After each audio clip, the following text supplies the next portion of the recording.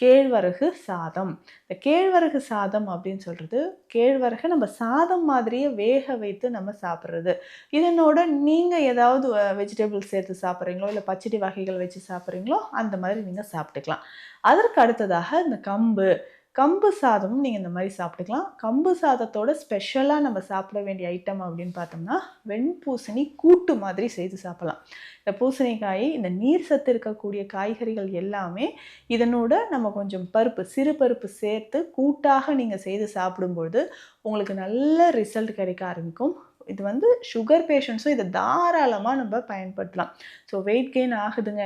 Weight gain ஆகுதுன்னா 50 வயதுக்கு மேல கட்டாயம் உங்களுக்கு என்னென்ன பிரச்சனை வரும்னா, மூட்டு வலி வரும். நடக்கவே முடியாது. மூட்டுக்கள்ல வாத நீர் சேர்த்து ரொம்ப வீக்கம் இருக்கும். ஸோ இந்த ஆர்த்ரைட்டிஸ்லயே இது வந்து நீர் கோர்த்து அந்த வாதம் அதிகமாக சேர்ந்து நடக்க முடியாத மாரி வலி இருந்ததுன்னா, கால்சியம் டெஃபிஷியன்சி இருந்ததுன்னா, இந்த உணவுகள் உங்களுக்கு ரொம்ப ரொம்ப சிறப்பானது அப்படின்னு சொல்லலாம்.